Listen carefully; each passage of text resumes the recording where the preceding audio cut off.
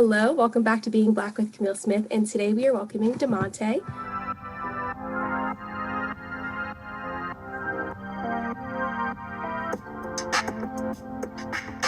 He actually was born in Oakland, California, and raised in Philadelphia, and during his undergrad, he studied social work at Temple University and social work with a clinical focus for his master's at University of Pennsylvania, which is extremely impressive. In the future, he hopes to revitalize his community through his real estate and creative programming efforts centered around mental health and life skills, skilled trades, and business and entrepreneurship. In a nutshell, he wants to make conversations and resources around these topics more accessible to underserved communities. Without further ado, Montay, what does being Black mean to you? Oh man, um, being black is everything to me, and I think that definition has changed a lot throughout my life. I would say over the last few years of my life, it just become increasingly important for me not only to be back black, but to take pride in being black. I think that's something that I didn't really do before. Um, so I think by taking pride, I just mean like embracing the culture, embracing the heritage, um, and seeing ways that I can use, whatever influence, knowledge base, and connections I have to make an impact and make things easier for future generations. So I think being black is everything to me. Awesome. And then do you have an actual concrete memory of the first time you realized that you were Black? It would have to be in elementary school. Um, my childhood was kind of weird. It was different from the average black experience because I was raised in a West African household.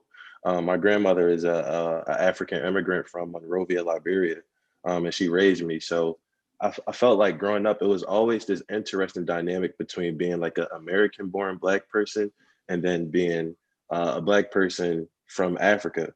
So I feel like due to my cultural customs in the home, whether it be like our food, styles of dress, it's just totally different. So when I would go out into the community and go to school, it's almost like I was wearing like a mask of my true identity. So my friends would say things like African booty scratcher or like you stink because some of the foods have like strong smells. Mhm. And I guess those smells are definitely foreign to the average person. So I felt like as I experienced that, I just wanted to get as far away from that as possible. So I tried so hard to assimilate to the dominant American Black person culture. So I think definitely in elementary school, I realized I was Black, probably not in the traditional way, but definitely then. And I think also just like being in elementary school in like impoverished neighborhood, um, you go on field trips and you see like the resources that other schools have, or you play sports and you visit the other sites that the other teams play at, and you're like, look at their uniforms, look at our uniforms, look at their field where they play, look at their gymnasium. Our gymnasium is our cafeteria, and we got tile floors. This is not like a gym. So I think definitely elementary and middle school was very early. I realized like, oh, like I'm black, like, and my experience is so much different from people in higher social classes. And then tell me about how it was growing up in your area. So you were born in Oakland, but you were raised in Philadelphia. Talk a little bit about that. So I didn't spend that much time in Oakland. I got a lot of family there, but I came to Philly around the age of elementary school. So this is where I just started life. And my neighborhood, I would say, is like any other impoverished neighborhood. I grew up in Southwest Philly. It's an area that's plagued by a lot of like violence, um, drug abuse. So I feel like I saw any and everything growing up in my neighborhood. My grandmother, she's strong, very strong in her faith. So she tried to keep me in the church as much as possible. But as we know, we're kids. Like when you're not around your parents, you're going to see, do a lot, and you're going to try to experience life. So I think at a young age, I was just like very rebellious because my grandmother had this structure. And, growing up in a West African household, it can almost be like you're being raised by drill sergeant parents. Like you got to like wake up at a certain time. We got certain days that we clean. You always have to iron your clothes whenever you leave out the house. It's just very rigid. My friends still laugh at me to this day because like I still iron my clothes. But it was just a very structured way of living. So I would say I had like the typical childhood, I would say.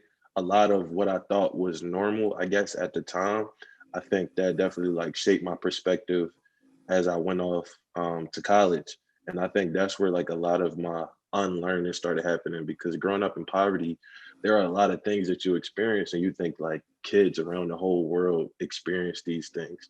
Um, and I think for me, I thought it was normal that like my family didn't travel much. So growing up, I didn't know that a big world existed outside of the constraints of my small community, my neighborhood. And just due to financial reasons, we couldn't, travel that often. Mhm. I wasn't exposed to diverse populations of people. My neighborhood was predominantly Black and Asian. Um, I don't think I went to school with a white person until maybe high school, and the population was, I would say, maybe like 1%. So I think once I went to college, that was like a huge culture shock for me, like just being around people for the first time from like different social classes. And it hit me hard. That was like a time where I would say I really struggled a lot with like my identity. And I just changed so much like over my time in college. Like it's like a complete like 360. Mhm. So I hope that answers the question.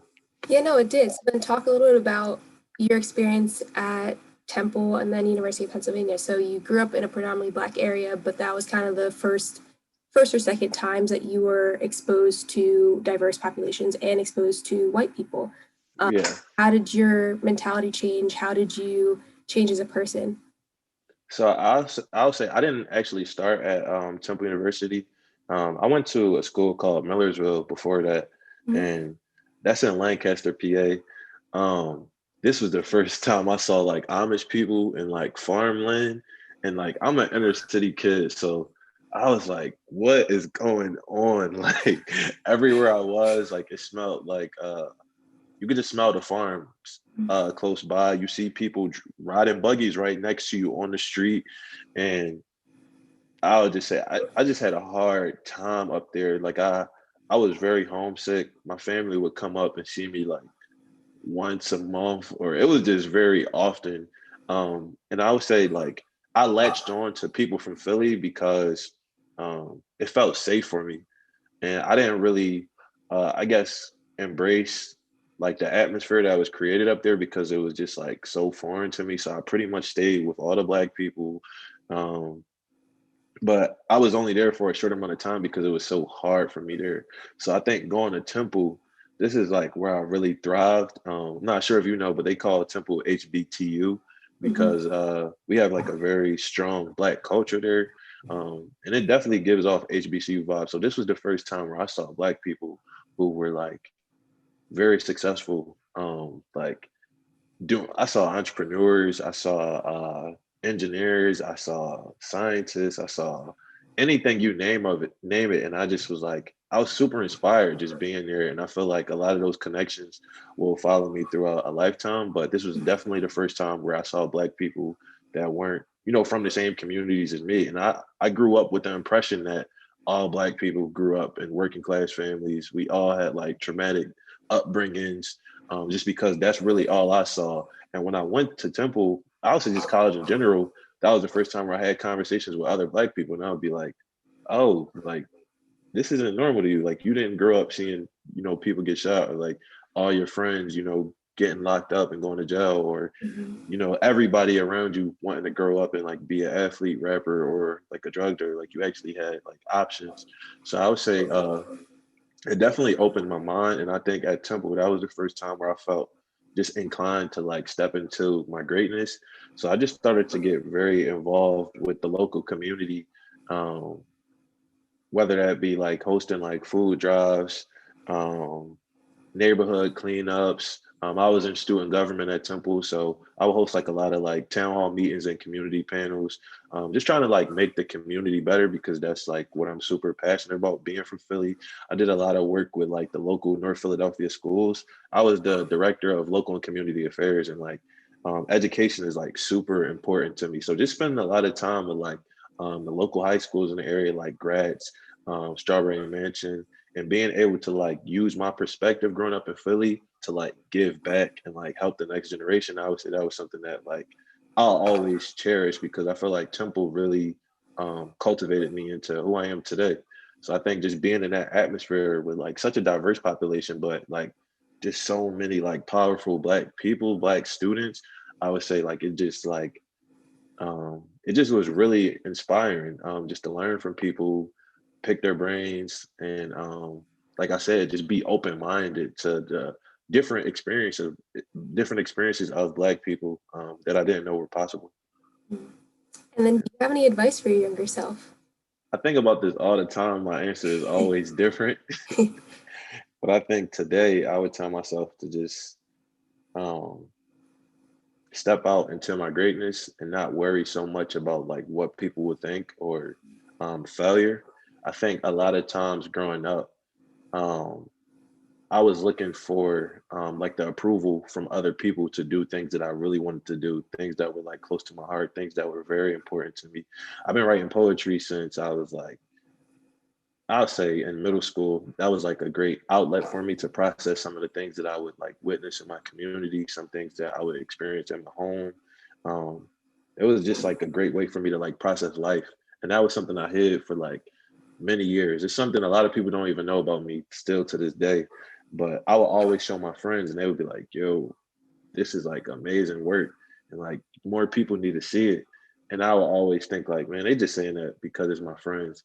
But I also thought about the makeup of my community. I'm like, man, I'm gonna be looked at as like soft and like, a lot of growing up in poverty, you're operating from our survival mentality. So it's kind of like kill or be killed. So a lot of times you have to adapt a persona in order to be able to exist with the people around you.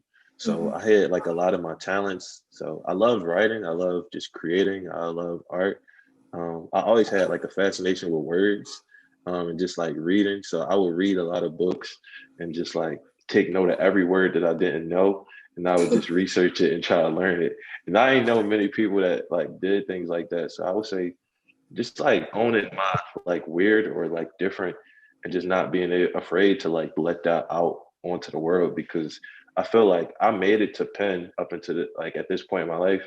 It's still like mind blowing, but I would say like I could have probably went to Penn for undergrad if I would have just like stepped out on faith and like did a lot of things earlier. So I don't have any regrets now. I just use that perspective to give back to the next generation. But I just tell them to like, you know, don't be afraid of just being you and like letting your light shine onto the world. I had an experience where uh, I was a part of a student organization during my time at Temple, and we were speaking to a group of young Black boys at Simon Gratz High School in North Philly, and we were asking all of the kids like what they wanted to be. Some of them said athletes, some of them said, rapper, some of them said entrepreneurs. And it was this one kid, he was very shy, and he said he was into coding. He wanted to create games. So he wanted to be a software engineer. And everybody laughed. And they were like, man, that's stupid. Like, you can't create games. And I just looked at him and I resonated with him so much. I was like, like hold on to that dream of yours. It's different. It's something that you're like extremely passionate about, and it's something that you love. And I was like, I wish I had more people to tell me to hold on to those things that made me different or like stand out from the crowd.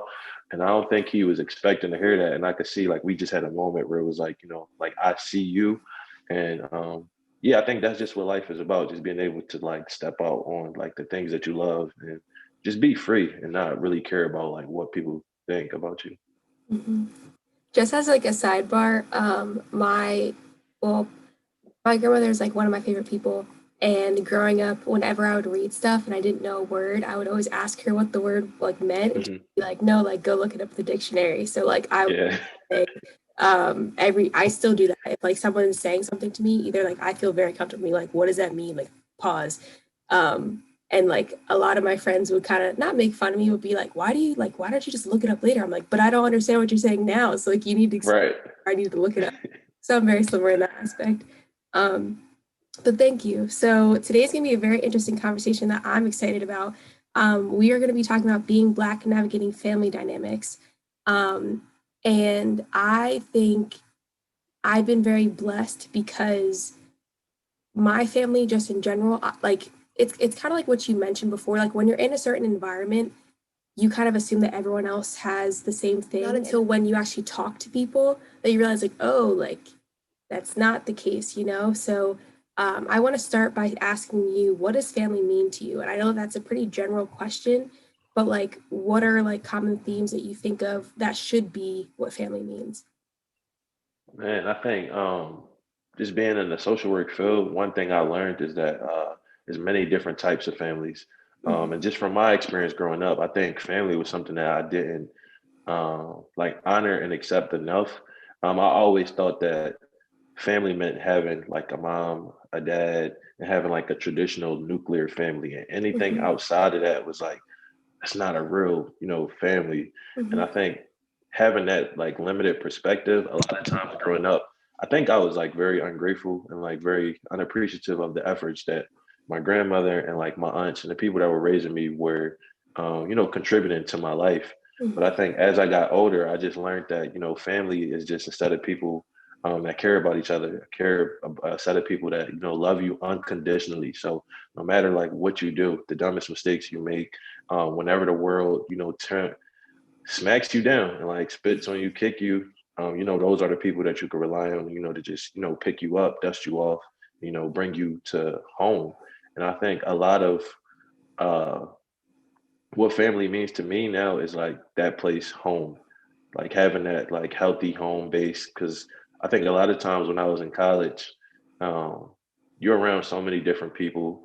You're code switching all the time to like fit into your environment, and that can become draining. A lot of times, like you lose yourself in that.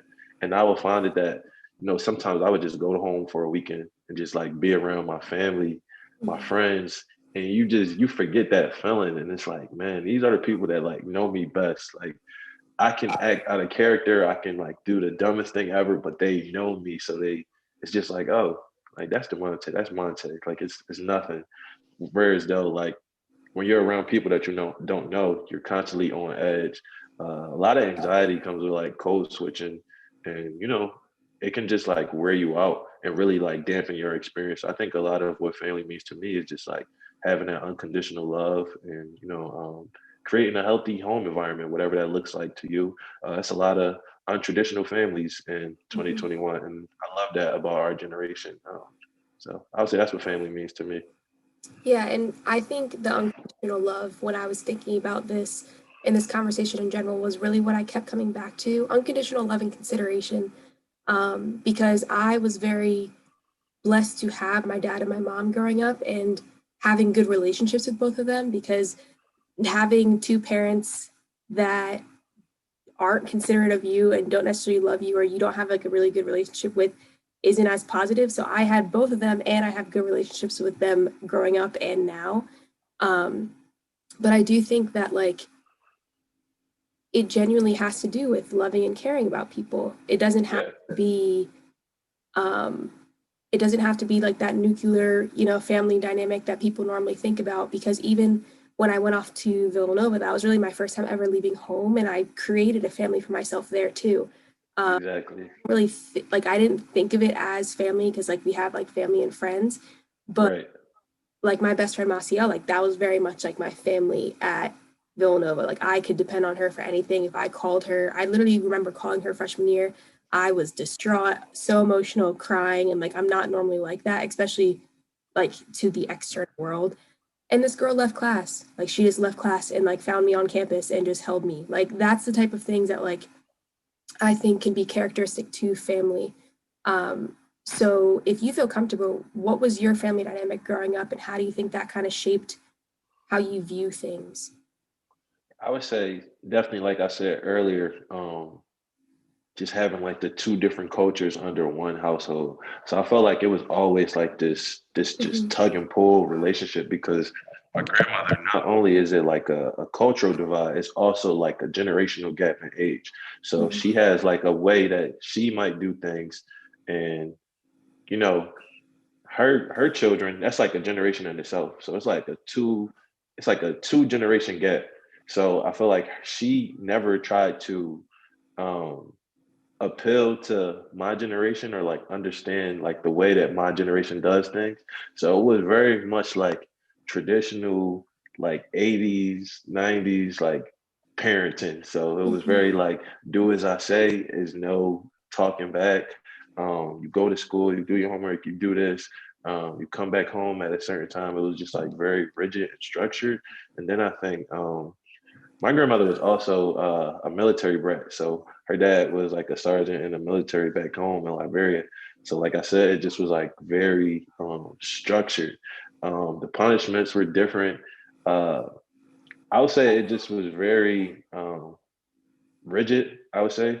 And I think going out into the world, um, that definitely made me want to like rebel more at an early age. But as I got older and I went off to college and I matured, I was able to see all of the great things that my grandmother put into me because um, my grandmother always like collected like food, canned goods, clothing items, and we would send it back home to Liberia or various countries in Africa. And as a kid, I would be like, "Why are you taking my clothes? Like, why are you taking my old clothes and sending it to Africa?"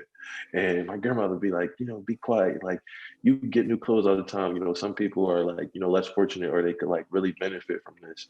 I was raised in the church, and I think those early years of college, like when I was out on my own in a new city, I had to rely on my faith to get me through a lot of times. So I was praying more than ever. um, I think another positive thing was just being able to um, appreciate like our ancestral identity and having that ancestral identity because that's a thing that a lot of Black people don't have in Mhm. America. Like you can do your ancestry, but it's nobody that you can like talk to. Like you most times you can't like trace things back and like call someone or go visit Africa and find your family there. So me having that as a kid, that was something that I didn't always appreciate because I was immature. Like I didn't understand it. But as I got older, I was very appreciative of all of the culture that my grandmother put into me, and I think at this point in my life, it's helped me with just having a sense of identity, a strong sense of identity, um, and purpose, and being a part of a community that's so much like bigger than myself, so much bigger than the community here in America, because America's history is like not that far back, but our history in Africa is like it dates back like centuries, I would say. So just having like that perspective and consistently learning every day, I was very appreciative as I got older, but during my younger years, it was definitely like a huge tug and pull. And a lot of Mhm. African parents as well, um, they believe a lot in education, but a lot of it can be focused on the money. So because being a first generation college goer, when I told my grandmother I wanted to do social work, she was like, you know, like why don't you look into business or like why don't you want to be a doctor or like an engineer because they never went to school and they know that those are like the more like profitable industries where you can make a living for yourself in this country, unfortunately. And for me growing up, I was like, I spent my whole childhood like seeing you commit to like service and like service on an international spectrum. At my church, my grandmother was the head of the foreign missions committee, and that was something that my church didn't even have. They integrated it because of her. So I spent my whole childhood just like watching her give back. She would take in like kids from my neighborhood if they didn't have anywhere to stay. um, she would invite them over to dinner for like the kids that that just were less fortunate and were having a hard Mhm. time. And I would be so upset at her. I'd be like, "Grandma, why are you letting these kids come to my house?" Like it could be I would say that isolated kid, the kid everybody makes fun of, or the kid that everybody, that has the worst clothes. That would be the kid my grandmother would take in and she would make them feel like they were like on top of the world. So Mhm. seeing that growing up, I think it was only natural that I would want to like give back to my people and being like one of the helping professions. I didn't Mhm. want to be a doctor because I'm not that great at math and science. um, so I was like, man, I'm naturally like a people person. I love talking to people. I think a career like social work, being a therapist or a counselor, that would be ideal for me. So I think if it wasn't for seeing my grandmother do so much of that growing up, I don't think I would be here today, like trying to, give back and like help Black people on like such a large scale. Mhm. And I think it's a very common thing for people to, and I mean, I can speak to my own experience. I won't say I initially had a rigid childhood, there were very much rules that you had to follow or you were punished. But I mean, I wasn't grateful, when it was happening. Like, it didn't make sense to me why I would get in trouble for certain things. Yeah. And I feel like a lot of times it's not really until you're older that you like look back and you are mixing with a lot of other people and talking about things with other people and like hearing their experiences that you're like, oh wow, like that's not how like we do things at my house, and that can be positive Right. or negative, right? Um, and my dad would always say that his mother, so my grandmother would always say to him, like, oh, like there's no like book for parenting, like there's no like written manual for it. It's one of the hardest things that you can do. And if you don't like my parenting, then when you have kids, like you can change it. And Yep. like as a kid, I was like that's dumb, like whatever. Yeah.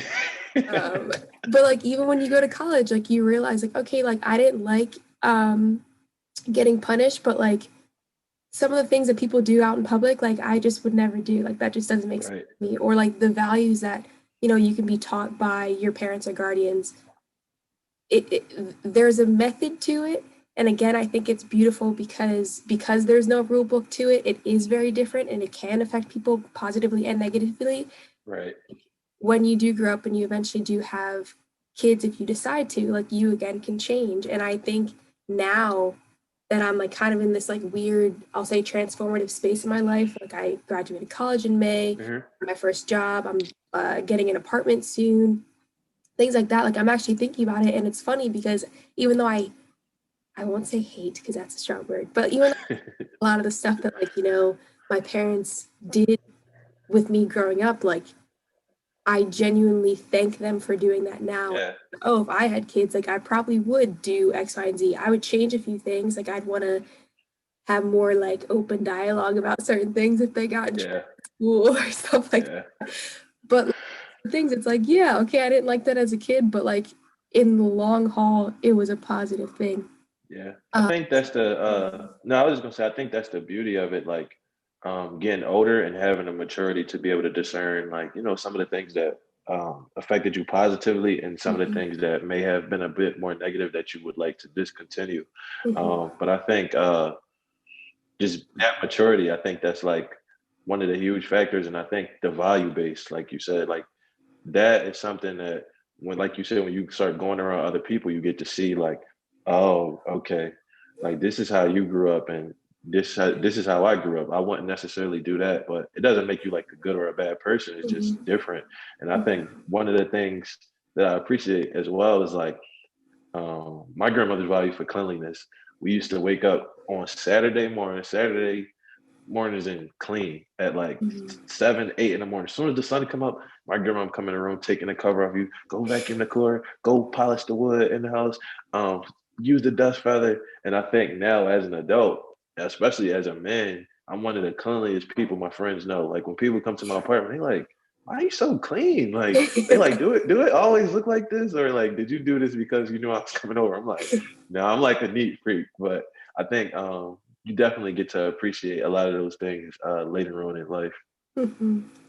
And now, even that I'm going through this transformative time, like I'm kind of segueing into this like my parents will always be my parent, they will always be figures of authority to me, but like now it's like it sounds weird to be like they're like becoming my friends almost, Yeah, definitely. kind of like advising me to do things as opposed to like telling me to do things. So even like the other day, I mentioned like I'm getting an apartment, which like is the first time I really would only have my own space because I've always shared either a room with my older sister or my roommate at school.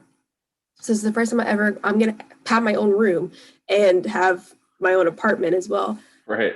So like I went to the store and I like really, really, really like this piece of furniture. And I was like, I had the money for it. I was like, okay, but I'm like pacing in the store, like back and forth, because I'm like, should I buy it? Like, I know I have the money, but like, what if like mom and dad don't like it? Like, da da da. I'm going. Right. Like the manager's coming over. She's like, "Do you want help with this? Like, is this your first time buying something?" And I'm like, "Why would you say that?" I feel like I'm like sweating. And I like called my mom and I was like, "Hey, like, what do you think of this?" And she was like, "Do you like it?" And I was like, "Yeah, like I love it. Like I've been sitting on this piece of furniture for the past hour." She Yeah. had the money for it, and I was like, "Yeah." She goes, "So why wouldn't you buy it?" Go for it. I don't know. Like, do you want me to buy it? She goes, "It doesn't matter if I want you to buy it. Like, this is your space." Um, So that's been something that's very unique because, again, growing up, it was very much like they tell you what to do and you do it. Like that's Yeah. my dad always well, it's not a joke. It's like a joke now that I can laugh at, but like whenever he would tell us to do something, he was like, add right now after. Like that was like, oh, like come clean the dishes or something. He wouldn't have to say right now, but you would have to put tack on the right now. Like Right. don't chill in your room, don't do anything, like, go do that right Right. then. Um, but like now being able to again ask for advice, which I think is kind of cool. Something that I'm still definitely navigating because again, it's very odd to like it's almost as like as though like sometimes I'm still waiting for them to tell me like what to do. Um, Yeah. Now everything that they've taught me, good and bad from growing up, yeah, I'm supposed to be able to apply by myself, which I think is really interesting. Um, Right. but yeah, no, I was in the store for so long. They were like, "Are you I gonna hope buy you this?" And found I was that like, "I don't couch. know." I did buy it Did you though. get It's it? really nice. Yeah. Cool. So very excited about that. That was my first like actual.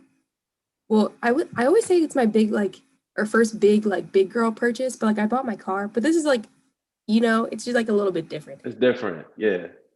But yeah, so I thought that would be like a nice anecdote just to add on to, especially given that that is something that is happening in my life right now.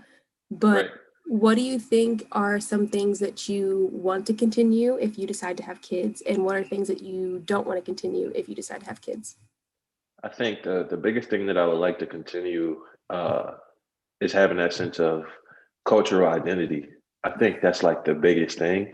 My grandmother actually recently just passed, and I think for my family that cut off like a generation of family. Hmm. So we just have to carry on everything that she instilled in us, like all of the values. So my aunts know how to cook a lot of the cultural dishes, which I'm very happy about because I love to eat. So hopefully I can learn to cook some of them. Hmm. The styles of dress, the Hmm. ways that we communicate with one another, and also just the biggest thing, like giving back.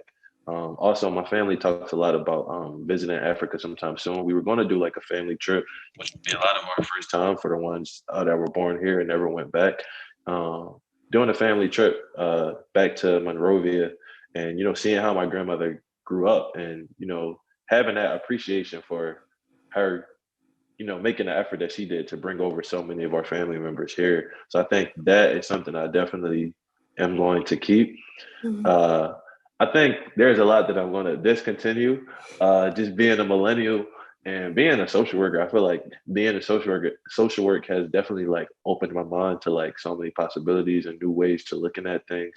So I think the biggest thing that I want to discontinue is like um, that that authority to child communications where it's like children don't know anything and like you have to do what I say.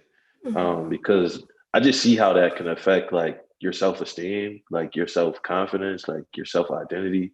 And it affects you once you start going out into the community, like trying to mingle when you hear your parents saying like, stay in a child's place or don't speak unless spoken to. A lot of the rhetoric that like goes on in Black families, and then you go into the community and it's like you don't know how to like network or like mingle in diverse groups of people. So I just want to have like a relationship with my children where like they could come to me when they did anything, even if I don't like what they did, they still feel comfortable enough to tell me.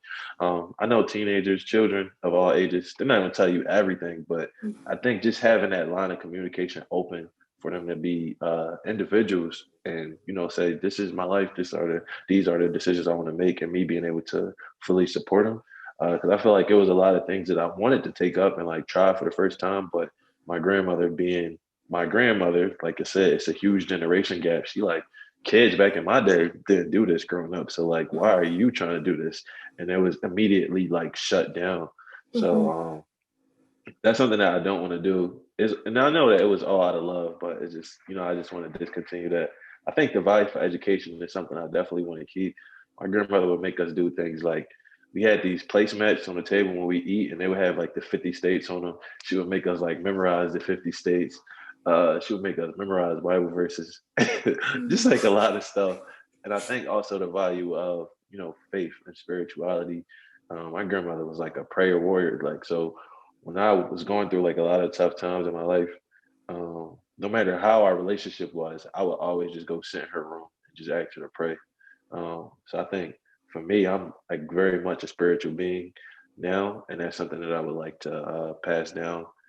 Um, but I think those most of the things that I would like to pass down and discontinue. Awesome. I do think for me, again, I think my parents did a pretty good job with they were the figure, but like they still like taught somehow if anything happened, like I would call them. It might take me a little bit, but I would call. But I do think that actively, if I do just have kids, I want to ensure that like that's there. I don't want my kid to even like second guess it. Like I messed something up, call mom type thing. Right. Even if I'm irritated, I'll be irritated in the car. I'm like, get in the car. Like, what did you Right. do? Why would you do that? But ensuring that they feel comfortable talking to you about absolutely anything. Is there anything else that you want to add to the conversation or you want the viewers to know? Feel free to plug your YouTube if you would like. I think the last thing on like what you just asked me, I just thought about Mhm. this. Probably like some of the methods of like chastisement and like punishment. I feel Mhm. like a lot of times in the black community, not for all people, but a lot of the punishments or chastisements are rooted in fear. So they're fear-based tactics instead of like being rooted in like love and respect. So Mhm. something I don't want to do is like with my kids. Like I know a lot of Mhm. people. That's a conversation where it's like it's just split on both sides of the Yeah. spectrum. But like I said, it just comes down to that communication, which is like super big. And just being able to like teach your kids like what they did wrong. I feel like a lot Mhm. of times like kids get beat and they don't They even don't know learn from what why. they did. Like Yeah. your parents just like get mad at you, whoop your butt, go to your room, get out of my sight. Yeah. And it's Yep. like, that's not rooted in love. Like love is like, patience and communication. Not that our parents weren't uh loving to us or didn't intend to love us, but I think a lot of um the black experience is rooted in trauma just due to our origins back to slavery. So a lot of our parents, our grandparents, and their parents were just doing, what they saw growing up. And I think we're in a different generation where like I don't think whooping people ever stopped anybody from doing anything. I think that actually made kids want to, go do things more. But I think that's definitely something I want to change is like the methods of just like um, teaching a child like right from wrong. Mhm. I think that's like something that's not talked about enough in the black community. And I think just like doing the work of like healing for families. I think a lot of families we're not doing the work of like breaking generational curses. We become so focused on creating a living for ourselves, working, trying to get a job, and have a stable environment that we don't do enough of the inner work to like heal and create new generations that are healthy and prosperous. So I think that's something like a huge focus of mine. I know there's a huge talk in the black community about creating generational wealth, but like when I talk to my friends, I talk to them about the idea of generational wellness and health. So, doing the work of healing and families, going to therapy, promoting counseling. And I think that'll help us outwardly, whether it be in the education space or like the financial industries. Because I think if you got like a happy and a healthy home environment, um, I think it'll just work numbers to like, the things that you can go out and do in the world. So I think that Yeah. was just the last thing. Yeah, no, I think you either made a caption or something, but you talked about how people always forget that heal is the root word in healthy. And Hmm. I was like, oh, hold on a second. I think I also just love when like things on social media actually makes me think about things. Um, Hmm. but no, that's super important. And I do think that if people actually work on healing from whether that be traumatic experiences or just negative experiences that they've experienced Right. before, that will be positive because if you can heal from and not necessarily move past, but you understand like why that experience happened or understand the effects that that experience has on you moving forward, then like you can just navigate the world much more freely. Um, Right. which is something that I've tried to do through self-confidence. Growing up in a predominantly white area, being the only black girl was just not it.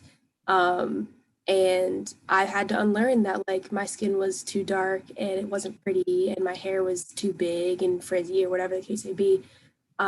but first I had to kind of sit in those negative feelings and heal from them to be able to move Right. forward. So I very much resonate with that. And I think as a community, I think that'd be really positive as a whole. So you said generational wellness. Yeah, generational wellness and health. I like that. Yeah. Well, thank you so much for taking the time to talk with me. I'm going to be putting Montay's YouTube and any other social medias that he wants me to share in the description box. Again, I think this is a really, really important conversation because a lot of times the Black community as a whole doesn't want to talk about our family dynamics because just of how large of an impact they have on us, and we just really talk about, the impacts that it can have, positive or negative. So I think this is a really, really good starting place, and I hope that the viewers appreciated it. But that is it for now. So tune in next time for another Being Black episode, and thank you again, Montay. Thank you for having me. Bye.